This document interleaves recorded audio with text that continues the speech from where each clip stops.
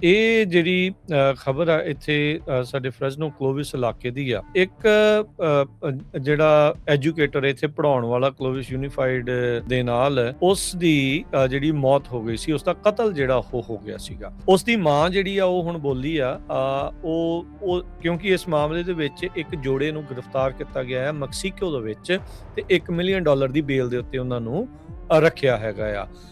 ਇਹ ਜਿਹੜੀ ਸਟੋਰੀ ਦੇ ਵਿੱਚ ਇਹ ਪਤਾ ਲੱਗਾ ਯੂਐਸ ਮਾਰਸ਼ਲਸ ਨੇ ਐਂਟੋਨੀਓ ਗਾਰਸੀਆ 40 ਸਾਲ, ਮਿਟਸੀ ਗੋਮਜ਼ 32 ਸਾਲ ਨੂੰ ਮੈਕਸੀਕੋ ਦੇ ਵਿੱਚ ਬੀਤੇ ਬੁੱਧਵਾਰ ਗ੍ਰਿਫਤਾਰ ਕੀਤਾ ਸੀ ਕਲੋਵਿਸ ਯੂਨੀਫਾਈਡ ਦੇ ਐਜੂਕੇਟਰ ਜੈਫ ਬਰਨਾਰਡੀ ਦੇ ਕਤਲ ਦੇ ਮਾਮਲੇ ਦੇ ਵਿੱਚ। ਤੇ ਕਹਿੰਦੇ ਵੀ ਇਹਨਾਂ ਨੂੰ ਹੁਣ ਕੈਲੀਫੋਰਨੀਆ ਦੇ ਵਿੱਚ ਵਾਪਸ ਲੈ ਆਂਦਾ ਗਿਆ ਆ। ਸੈਂਟਾ ਰੀਟਾ ਜੇਲ੍ਹ ਜਿਹੜੀ ਕਿ ਐਲਾਮੀਡਾ ਕਾਉਂਟੀ 'ਚ ਪੈਂਦੀ ਆ, ਉਸ ਸ਼ਨੀਚਰਵਾਰ ਉਹਨਾਂ ਨੂੰ ਉੱਥੇ ਜਿਹੜਾ ਆ ਉਹ ਅੰਦਰ ਕਰ ਦਿੱਤਾ ਗਿਆ ਤੇ ਦੋਨਾਂ ਦੀ ਬੇਲ $1 ਮਿਲੀਅਨ ਦੀ ਰੱਖੀ ਗਈ ਆ ਤੇ ਇਹਨਾਂ ਨੂੰ ਹੁਣ ਇਵੈਂਚੁਅਲੀ ਫਰੈਜ਼ਨੋ ਕਾਉਂਟੀ ਦੇ ਵਿੱਚ ਲਿਆਂਦਾ ਜਾਵੇਗਾ। ਬਰਨਾਰਡੀ ਦੇ ਉੱਤੇ ਹਮਲਾ ਹੋਇਆ ਸੀਗਾ 18 ਦਸੰਬਰ 2025 ਦੀ ਰਾਤ ਨੂੰ ਬਾਰਸਟੋ ਤੇ ਪੀਚ ਐਵੀਨਿਊ ਦੇ ਨਜ਼ਦੀਕ ਪੈਂਦਾ ਹੈ ਤੇ 2 ਦਿਨਾਂ ਬਾਅਦ ਉਸ ਦੀ ਜਿਹੜੀ ਹਮਲੇ ਤੋਂ ਲੱਗੀਆਂ ਸੱਟਾਂ ਦੇ ਕਰਕੇ ਮੌਤ ਹੋ ਗਈ ਸੀ। 37 ਸਾਲਾ ਬਰਨਾਰਡੀ ਸੀਗਾ, ਕਲੋਵਿਸ ਯੂਨੀਫਾਈਡ ਦਾ ਐਜੂਕੇਟਰ ਸੀਗਾ ਤੇ ਸਟੂਡੈਂਟਸ ਤੇ ਫੈਮਿਲੀਜ਼ ਦੇ ਬਹੁਤ ਨਜ਼ਦੀਕ ਸੀਗਾ।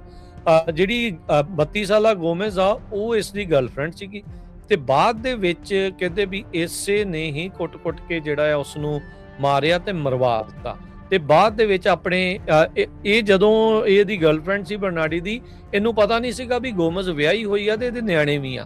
ਇਹ ਬਾਅਦ ਦੇ ਵਿੱਚ ਜਿਹੜੀ ਪਤਾ ਲੱਗਾ ਵੀ ਇਹ ਆਪਣੇ ਨਿਆਣਿਆਂ ਨੂੰ ਲੈ ਕੇ ਵੀ ਉੱਥੋਂ ਜਿਹੜੀ ਉਹ ਭੱਜ ਗਈ ਸੀਗੀ, ਦੌੜ ਗਈ ਸੀ ਮੈਕਸੀਕੋ ਦੇ ਵਿੱਚ, ਜਿੱਥੇ ਇਹਦਾ ਪਹਿਲਾ ਜਿਹੜਾ ਘਰ ਵਾਲਾ ਜਿਹੜਾ ਆ ਐਂਟੋਨੀਓ ਗਾਰਸੀਆ 40 ਸਾਲਾ ਉਹਦੇ ਕੋਲ ਜਿਹੜੀ ਉਹ ਚਲੇ ਗਈ ਸੀਗੀ। ਸੋ ਇਹ ਅਰੈਸਟ ਕਹਿੰਦੇ ਵੀ ਲੋਕਲ ਡਿਟੈਕਟਿਵ ਤੇ ਫੈਡਰਲ ਪਾਰਟਨਰ ਦੀ ਕੋਆਰਡੀਨੇਸ਼ਨ ਦੇ ਨਾਲ ਹੋਈ ਸੀ ਤੇ ਹੁਣ ਇਵੈਂਚੁਅਲੀ ਇਹਨਾਂ ਨੂੰ ਇੱਥੇ ਵਾਪਸ ਲਿਆਂਦਾ ਜਿਹੜਾ ਉਹ ਜਾਵੇਗਾ, ਜਿੱਥੇ ਇਹਨਾਂ ਨੂੰ ਟ੍ਰਾਇਲ ਦਾ ਸਾਹਮਣਾ ਕਰਨਾ ਪੈ ਸਕਦਾ ਹੈਗਾ ਆ। ਸੋ ਐਕਸਟ੍ਰੈਡੀਸ਼ਨ ਕਹਿੰਦੇ ਵੀ ਆਲਰੇਡੀ ਇਨ ਪ੍ਰੋਸੈਸ ਹੈਗੀ ਆ ਫਰੈਜ਼ਨੋ ਕਾਉਂਟੀ ਦੇ ਵੱਲੋਂ।